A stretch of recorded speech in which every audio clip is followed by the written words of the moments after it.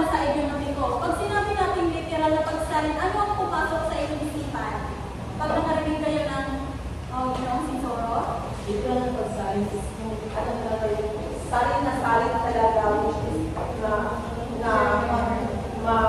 malalaman ng dahil hindi na siya natusok magagamit sa sa unang salin, sa original na based on sa literal na dito ayaw magsalin talaga. So tama po, no, maraming salamat. So ang literal na salin, ito ay ang pagsasalin ng pinakamalapit na pahulugan. At ngayon alam naman natin ang idiomatikong pagsasalin. So pag sinabi natin idiomatikong pagsasalin, ano ang inyong pumasok sa isipan? Sabi Ron? Ang naliwas po sa literal na pagsasalin yung kapag-ayo. Salita mismo ang sinasabi para magpalapit sa original. Sa idiomatiko po yung mensahe o iwang pahulugan mismo. Yung contextual at pahulugan ang sinasabi natin. So tama po, no, tama ang sinasabi ni Pag sinabi natin idiomatikong pagsasalin, ito ay ang pagsasalin ng may malalim na mga kahulugan. At ngayon, alamin natin ang limang halimbawa ng idiomatikong pagsasalin. So una na rito ay ang I've got you under my skin. So ano nga ba ang literal na pagsasalin nito? Na I've got you under my skin. Ano ba mukha sa inyong kamay? Amas? Nakuha kita sa aking balat. So tama po nun. Base ko sa sagot ni Amas, ang idiomatikong pagsasalin ay isinalin niya ito sa literal na pagsasalin. So sa pangalawa naman ay, you are the apple of my eye. Ano ang pagsasalin na ito?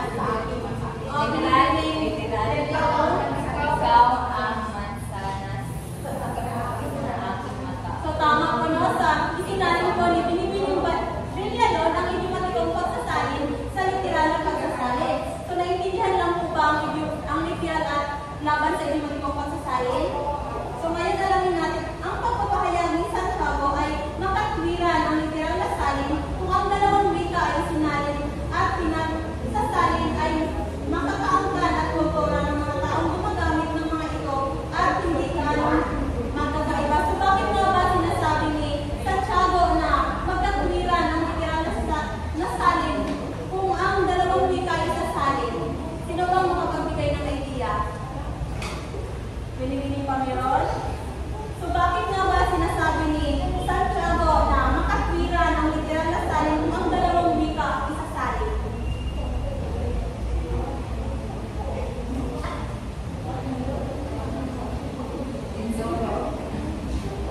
Bakit makatwiran ang literal na pagsasalin kung ang dalawang wika ay sinasabi? Sapagkat kung isasalin mo ang dalawang wika, makikita mo talaga kung ano yung pinapakayag ng dalawa. So, makikita mo yung pagkakaiba nilang dalawa. Kung parang isang wika lang yung sinasalin mo, hindi mo malalaman kung tama ba yung pagkakasalin mo sapagkat bawat salita ay hindi salita bawat salita, pero ganun yung paraan na bawat salita ay sinasalin mo, kung literal lang pamamaraan sa pagsasalin. So tama po na ang sinasabi ni Binibining pa meron at dito lang po nagtatapos ang ating sulat at pagpatuloy ng ating kasama. Okay, ngayon ay dapat naman tayo sa himig salin laban sa himig original. So ito ay kadalasan ang ginamit sa sinasabi na ang dako, ang kanta. So may dalawang paraan na kung paano ito maaaring gawin. Ito ay maaaring himig salin o himig original. Pag sinasabi natin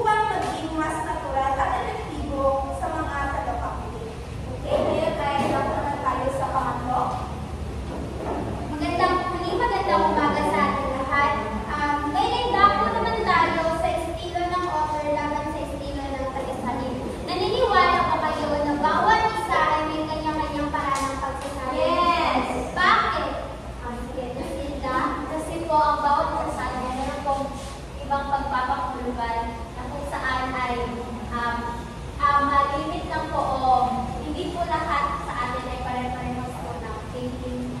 Maraming salamat. Ngayon ay hindi lamang sa mabilis na impormasyon ng ating matutuklasan, kundi sa malawak na karanasang nadarama natin. Ayon sa iba't ibang sirkumstansyang nakapaloob dito, ayan ay isa sa mga dahilan kung bakit nagkakaroon ng iba't ibang estilo. Ngayon ay dako tayo sa kaibahan ng linguistika at stylistiko.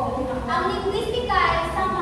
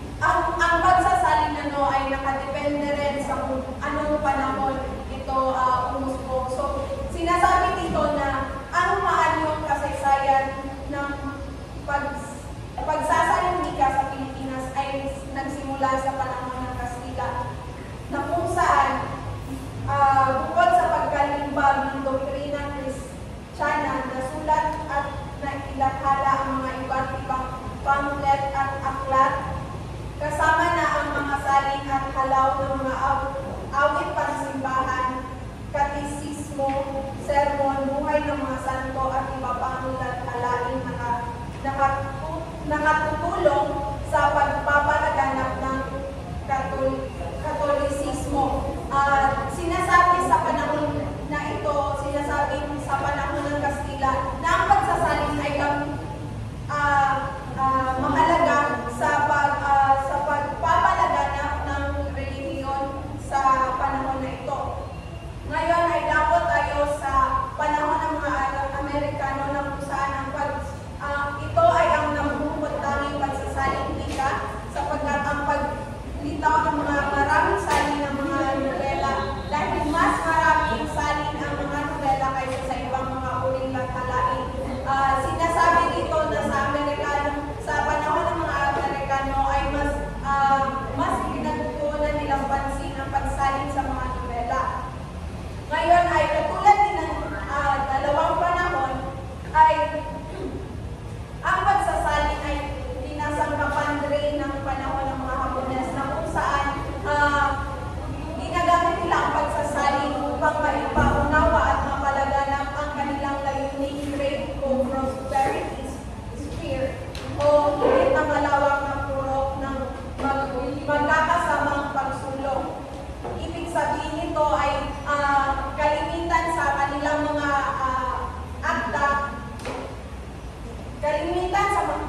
mga akta ay patungkol sa kung ano ang buhay ng mga Pilipino sa panahon ng mga Hapones at kung paano